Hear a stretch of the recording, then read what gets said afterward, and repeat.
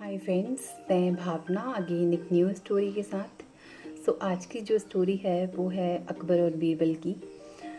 आपको पता ही है कि वो बहुत इंटेलिजेंट थे।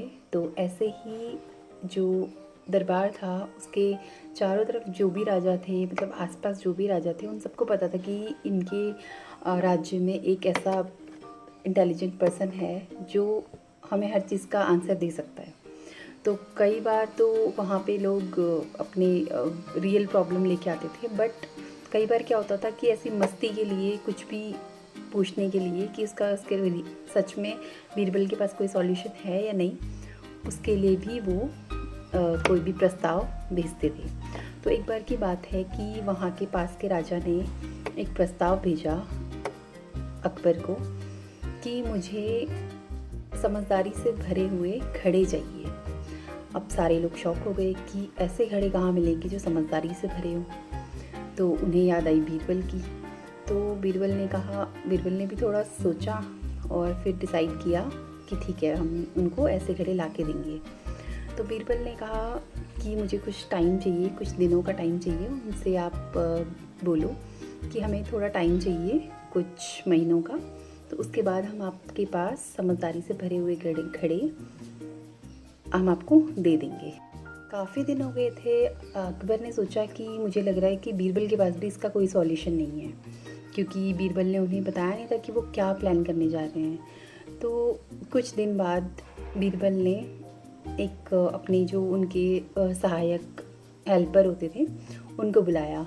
तो उन्होंने कहा कि मुझे ऐसे घड़े चाहिए जिसका जो मुंह हो वो थोड़ा छोटा हो।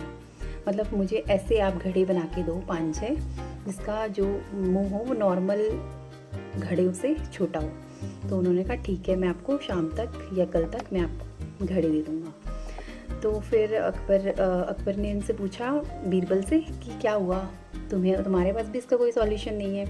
तो बीरबल ने कहा कि मुझे कुछ दिन का टाइम चाहिए, उसके बाद ही मैं आपको बताऊँगा, या फिर मैं आपको एंड में ही बताऊँगा। फिर उसके बाद उनके जो हेल्पर होते थे बीरबल के, वो घड़े लेके आए और उन्होंने पूछा कि आप इनका क्या करोगे। तो वो उनको एक खेत में लेके गए जहाँ पर कद्दू की बेल थी। तो उन्होंने जो कद्दू के फूल होते हैं उसके ऊपर कुछ घड़े रख दिए और माली को कहा कि आपको इन घड़ों पर मतलब बहुत प्रॉपर ध्यान देना है, आपको इनको अच्छे से खाद देनी है, अच्छे से पानी देना है प्रॉपर। उसके बाद में कुछ दिन बाद में इनको आके चेक करूँगा। तो उन्होंने कहा ठीक है, मैं जो आप बोल रहे हैं मैं वैसे ही करूँगा। अब एट लास्ट वो दिन आ गया था जब 1 महीना पूरा कंप्लीट हो गया था। तो जो राज्य के जो नियर पास के जो राजा थे उन्होंने अपने मंत्री को भेजा और कहा कि जाओ, उनका काम ख़त्म हो गया होगा, जो उन्होंने टाइम हमें दिया था वो भी ख़त्म हो चुका है, तो आप जाओ उनसे घड़े लेके आओ। तो अब उनके मंत्री अकबर के दरबार में पहुँचे और अकबर ने कहा कि बीरबल आप बताओ कहाँ है वो घड़ी। तो बीरबल ने कहा कि ठीक है। उन्होंने अपने मंत्री को बुलाया और वो घड़े लेके आए, जो भी उन्होंने कद्दू के फूल के ऊपर रखे थे वो सारे घड़े लेके आए और उसको ढक के लेके आए।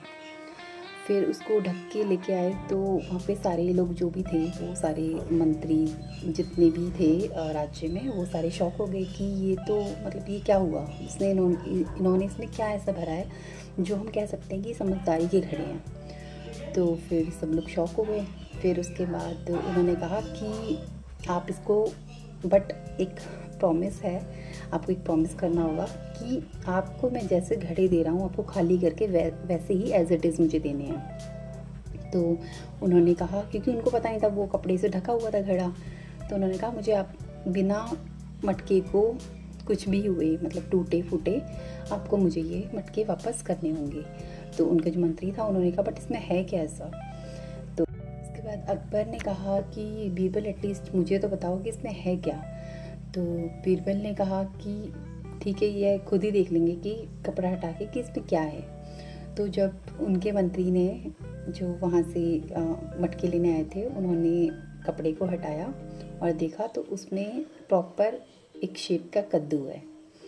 तो सब उन्होंने कहा कि ये क्या है, मतलब वो सारे लोग शॉक हो गए थे कि ये क्या है।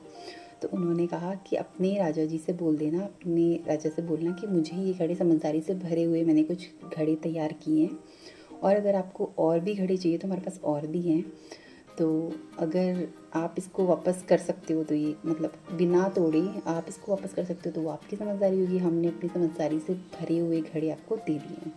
उसी टाइम सब लोगों ने क्लैपिंग की,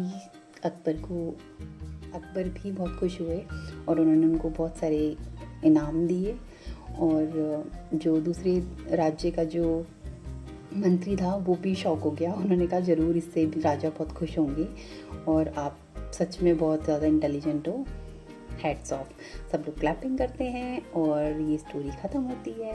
तो आई होप आपको ये स्टोरी पसंद आई हो। Till then take care, bye bye, मिलते हैं न्यू एंड नेक्स्ट स्टोरी में।